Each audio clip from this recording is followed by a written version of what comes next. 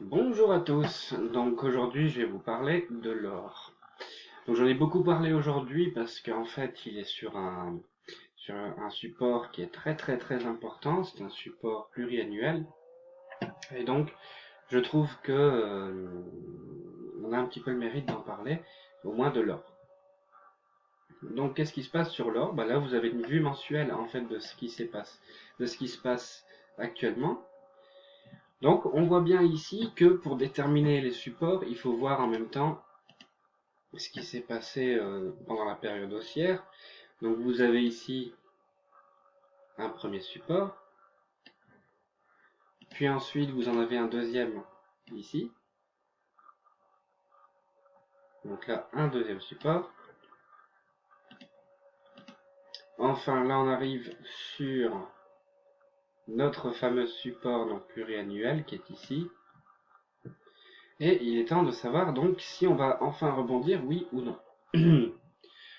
Donc là, d'une vue mensuelle, on voit pas grand chose puisque la bougie est encore baissière, elle est rouge. On n'a pas de figure de retournement ni quoi que ce soit. Donc on va essayer de voir si on ne peut pas voir d'autres choses dans des unités de temps plus petites. Donc si je regarde en weekly, qu'est-ce qui se passe en weekly? Donc on est dans un canal baissier que je vais tracer ici. Donc ça c'est notre canal baissier donc qui est parfaitement tenu. Donc on a les différents points d'achat et de vente. Donc là vous voyez ici ça a rebondi. Ensuite ici même chose, on a rebondi. Là enfin troisième fois on rebondit. Quatrième fois on rebondit. Et enfin la cinquième fois c'est notre petite mèche d'aujourd'hui à valider, voir si demain on ne va pas aller plus bas.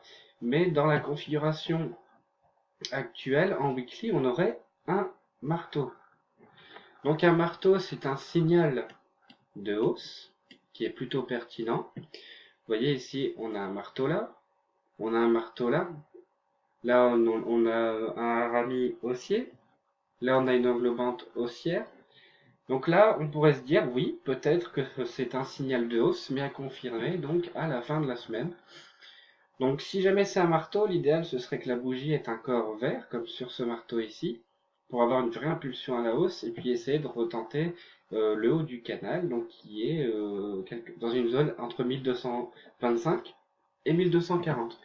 Donc ça c'est la manière dont on peut trader un canal baissier, donc c'est d'acheter tous les rebonds ici, et de revendre en fait quand on arrive en haut ici, puisque en haut il y a aussi une réaction.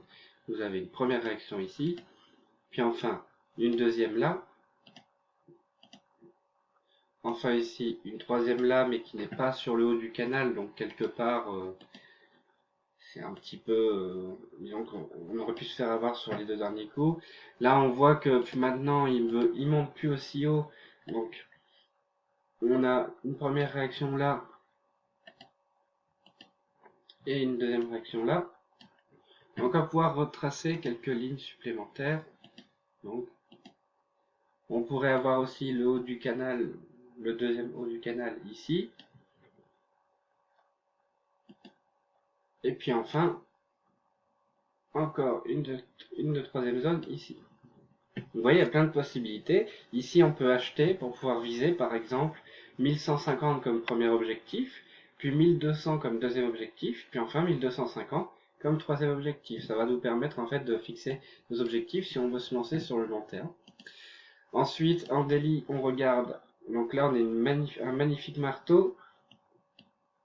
Donc pareil, pile dans notre zone. En fait, ça a bien réagi dans notre zone qu'on a tracée en monthly. Donc ici, ça peut être potentiellement un très bon point d'entrée à l'achat. Et donc le prochain mouvement, comme je disais, ce serait un mouvement de hausse. Bon, peut-être pas aussi dru que ce que je viens de dessiner, mais pourquoi pas, c'est à imaginer ici. Donc un mouvement de hausse ici, où on pourrait faire éventuellement un V-bottom pour aller chercher 1180. Donc voilà, ça c'est pour moi la vision en fait du gold. Donc on voit plusieurs choses en fait dans cette vidéo. Comment tracer des supports et des résistances. Donc les supports se tracent pendant tout le long de la hausse ici. Donc vous avez une première mèche ici, vous tracez un support. Ici vous avez une baisse, puis à un moment donné vous avez un rebond, vous tracez le deuxième support. Là on retrouve la même chose qu'ici. Donc vous tracez le troisième support. Et donc ça vous permet de tracer les supports. Pour les objectifs, donc comme je vous ai dit, on évolue dans un canal baissier avec plusieurs zones de réaction. Donc le bas du canal lui reste préservé, c'est la même zone qui entre en interaction avec les prix. Par contre dans le haut du canal, on voit bien que les deux premières fois c'est vraiment le plus haut du canal qui est touché, et puis plus on avance en fait dans le temps, et plus le canal se rétrécit. Alors sachez par contre qu'un canal un canal baissier, pardon, c'est une figure qui est censée se casser par le haut. Donc on va le noter ici. Le canal haussier est censé se casser à la hausse. Retenez bien ça. Excusez-moi, je suis un peu malade. Donc le canal haussier est censé se casser à la hausse. Donc idéalement, on prend tous les points d'achat ici. On peut fragmenter donc notre sortie en 3 sorties, 1, 2 et 3, et ensuite espérer que enfin on retrouve une certaine hausse en fait dans notre mouvement. Alors l'idéal pour confirmer cette hausse aussi, c'est d'utiliser les retracements de Fibonacci. Donc comme je vous avais expliqué, on prend le plus haut ici, puis on va prendre le plus bas qui est ici, et on considère que le mouvement commencera à retracer quand on aura cassé donc les 23,6 de Fibonacci ici. Donc l'idée c'est vraiment si on s'amuse à casser ce canal haussier par le haut, donc si vraiment on arrivait tout ici, alors on commencerait un troisième cycle de hausse qui serait potentiellement intéressant puisque les objectifs seraient bien plus élevés que d'habitude. On aurait un or qui éventuellement peut passer à 2440 $ de l'once. Ça c'est uniquement dans le scénario où on casserait en fait le 23,6 de Fibonacci. Donc en fait, ça nous donnerait un mouvement comme ça. Bon, là c'est très vite fait, hein, c'est dans un cas de rallye, mais je montre juste que mon objectif, si jamais on devait vraiment prendre le mouvement d'ici, qu'on casse le canal baissier, puis qu'on casse la 23,6, on pourrait très probablement aller chercher 2442 $ par once sur l'or. Voilà, c'est un peu osé comme objectif, mais pourquoi pas. J'aime bien les objectifs un peu osés. Donc voilà, vous avez appris plusieurs choses, les supports, les résistances, les canals baissiers, et enfin les retracements de Fibonacci, comment utiliser les retracements de Fibonacci pour pouvoir fixer des objectifs.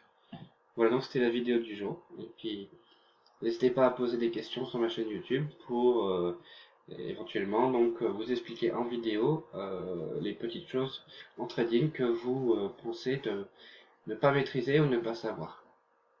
Merci beaucoup.